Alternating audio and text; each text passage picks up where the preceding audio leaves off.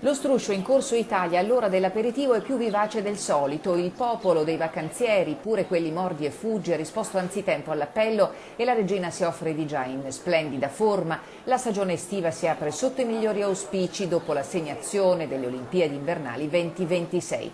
La svolta è decisamente alle porte. Devo dire che c'è un grande entusiasmo nella consapevolezza che ovviamente Cortina è sempre stata al centro dell'attenzione. Devo dire che dal 24 giugno le cose sono effettivamente cambiate, lavoriamo con un obiettivo veramente importante, internazionale, e sul quale ovviamente avevamo un progetto molto serio. La risposta allo storico risultato è sotto gli occhi di tutti. Si respira un'aria molto positiva, infrastrutture che arriveranno sicuramente nelle prossime stagioni, quindi direi molto bene, siamo molto positivi. I commercianti, la gente, vediamo sempre Corso Italia, forse più affollato del passato. Sì, devo dire innanzitutto che la stagione è molto buona, quindi registriamo già da giugno una bella affluenza, molti stranieri, molte manifestazioni nel weekend, però devo dire che dal 24 giugno le cose sono nettamente cambiate, c'è un grande entusiasmo da parte di tutti gli operatori economici, ma anche ovviamente dai residenti e dai turisti che vengono a trovarci in stagione. È alle infrastrutture che si guarda con grande attesa, in primo luogo la viabilità della parte alta della provincia, su cui già si lavora per i mondiali di sci 2021,